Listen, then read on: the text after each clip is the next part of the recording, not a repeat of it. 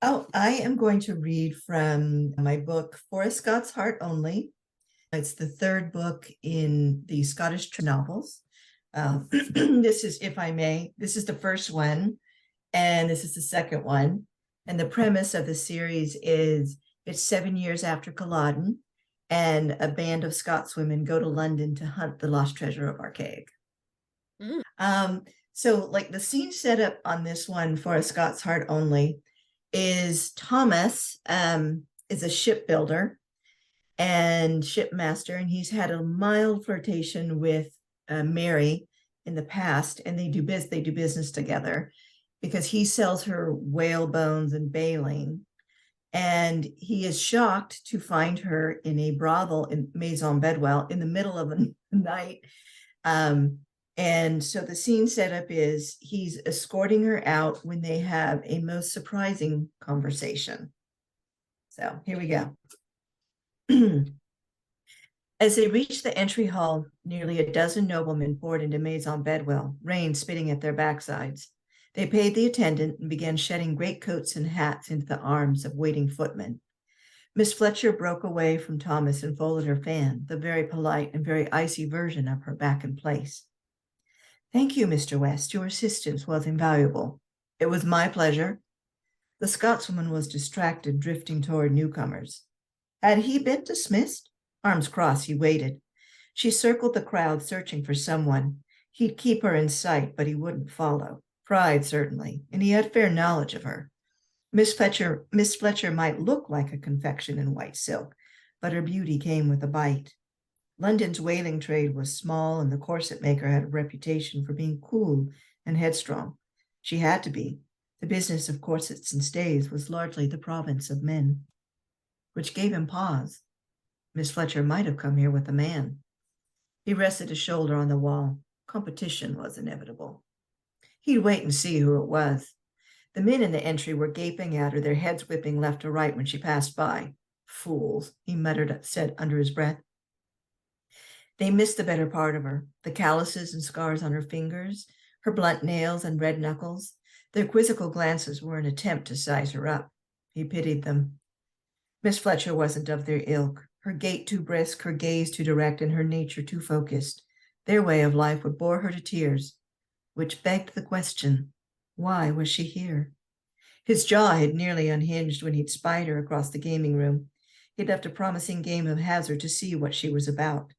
The conversation which followed, illuminating. Miss Fletcher was an enigma, her skin pearlescent under chandeliers, her lips lush and pillowy. The other pillowy parts on full display had stunned him. Such largesse, considering the corset maker was usually prim and proper. A footman stopped to speak to her, pointing at the front door. She bestowed a smile on him, and the sod practically melted on the spot, yet Miss Fletcher was not a purposeful seductress. She seemed not to care about her effect on men, all but ignoring the newcomers. Her polite rebuff sent that gaggle of men to the ballroom. Revelry dimmed when a footman shut the ballroom doors behind them. Finally, some peace and quiet. Miss Fletcher waited in the heart of the room, her head and neck craning at the ceiling. Rather deceptive, she muttered. Thomas looked up. Frescoes covered the high-arched entry. What's deceptive? Her chin dropped. You're still here, she said, mildly surprised. Where else would I be? I did say I'd see you safely out. A gentle smile creased her lips. What an honorable man you are, Mr. West, but that's not necessary. She stayed put. He did the same, his shoulders stuck to the wall. So that's how she's going to play it. Despite their extraordinary night, Miss Fletcher wanted to put them both back on the neat shelf of merchant and shopkeeper, as if this interlude never happened. He wasn't having it. What's wrong with the frescoes? He asked. She waved vaguely at the vaulted ceiling, each section a vignette. You don't see it? Nude women lolling on the grass, nude women laughing on swings, and nude women riding on. She huffed and grumbled. Never mind, when a servant delivered her cloak. Please, Thomas said, do go on. The Scotswoman whirled black velvet over her shoulders. I really must go. My friend is waiting for me. Friend, is it? But you haven't finished. He pointed at the frescoes. We are in a brothel, Miss Fletcher. Unclothed women are part of the transaction. Gleaming beads encircled knowing eyes while she tied a bow under her chin. Indeed, we are in a brothel, but those painted women are an overly cheerful lot. Why wouldn't they be?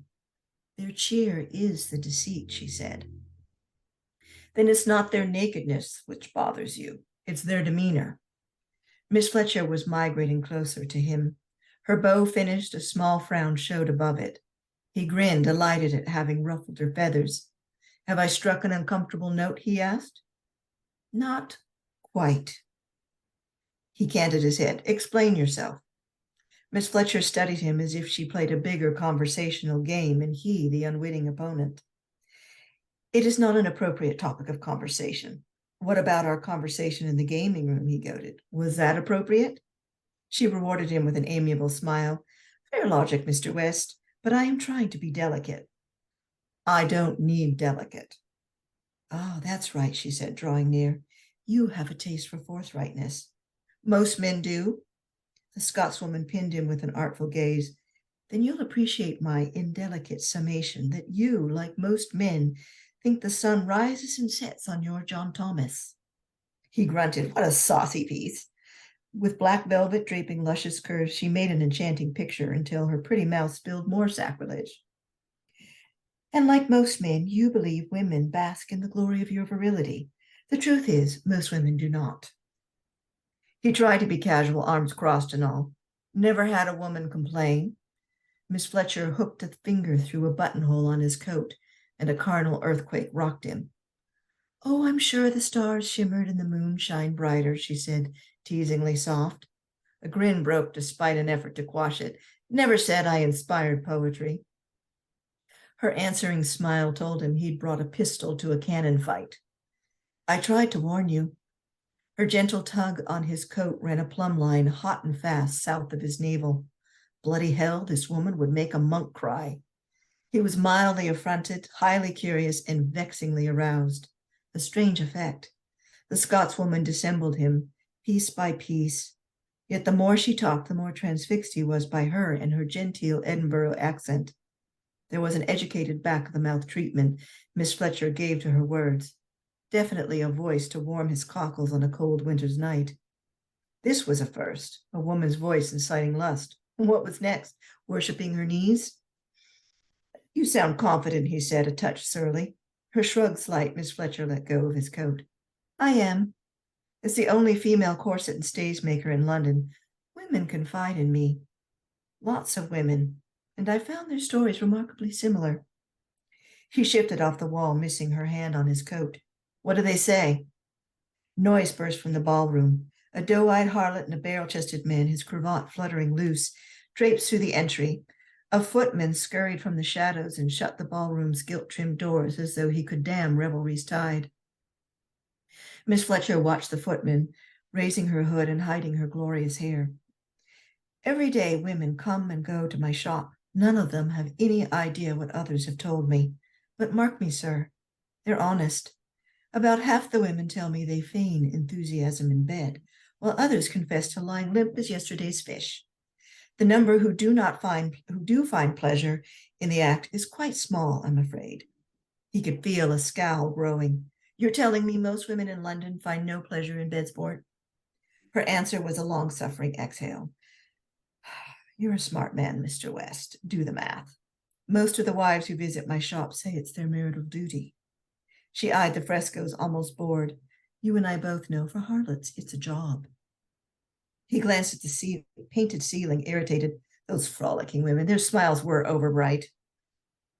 What about your pleasure? He asked. The gruff question popped out. It bordered on too much. But this was an evening of excess. Miss Fletcher merely brushed back a blasted curl which kept falling on her cheek. I really must go, she said. My friend is waiting. He tensed like a predator. Your friend? She started walking backward, confident. There'd be no more womanly secrets and no utterance on who waited for her. Promise me you will forget this night, was her request. Our flirtation? He advanced on her. Not a chance. Her silk petticoats shushed prettily. It cannot happen again, she said. Why not? The footman in pink and white livery whisked open the front door, doing his best to blend in the woodwork. The rain had stopped, a dense mist replacing it. Miss Fletcher swept into the night, and he joined her on the front step. "Please don't follow me," she said. "You don't want me to see you safely to your carriage?" "I'm a capable woman, Mr. West. I've spent years seeing myself in and out of carriages." Therein was the problem. The corset maker didn't need a man. Years of good breeding and gentlemanly fiber demanded that he see her safely away. He searched the damp square for clues as to where she was going. Candle lamps hung from trees in the center garden. Carriages clustered the road outside. Outside Maison Bedwell, their lamps chips of light. Cloaked in black, Miss Fletcher would disappear into that darkness. But his feet and hers weren't moving. She tipped her face to him. "Let me go." "I'm not stopping you," he said. Her silver, spectral eyes beguiled him. He'd seen the color once in nature, north of the North Sea, where storm clouds sank into the water. Deep mysteries lived there. So did elusive creatures barely known to man. The same could be said of the dark-haired siren from Scotland. Standing with her was a taste of the exquisite, an unseen tether binding them. Night blurred a serene watercolor. Neither wanted this to end. He knew that. Miss Fletcher did too, clutching the bow under her chin, a sable curl floating free. The moment ripe for a kiss. Except they were on the doorstep of a brothel where men paid easy quid for a great deal more. What irony this was, him working hard for a kiss that would not happen. "Please, go inside," she said, as though she needed him to walk away. Despite the cold, damp air, he was stubborn. "Give me your right hand." She balked. Bewildered, Miss Fletcher offered him her ungloved appendage. Water dripping down his cheeks, he folded his hands around her work-worn hand. Racked with something more powerful than lust, he caressed her palm. Crystalline droplets anointed her hood, drawing the eye to her beautiful face. But Miss Fletcher's hands were her story. Her fingers where he touched, the small white scars which he traced, and the tip of her middle finger stained green from a brass thimble, which he kissed tenderly, sweetly. Her lips parted on a fragile gasp. The sound rang inside him. Laborers at Highland Great Wet Dock would box a man's ears for attaching tender and sweet to anything he did, but it was the truth, and the innocent kiss worth it. She had amused, enlightened, irked, and insulted, and surprised him all in 1 hour. What would happen if she gave him the night? Possibly heaving breaths, hot kisses, and lively conversation with the too smart for her own good corset maker. He'd have her spouting poetry. Shite, he'd spout some too. But tonight he would let her go. "Good night, Miss Fletcher." His voice rumbled in the dark. She hid her hand in velvet folds. "Good night, Mr. West." Despite the Herculean resistance inside him, he forced himself to walk back inside as requested. What he did next was a secret between him and those smiling frescoes.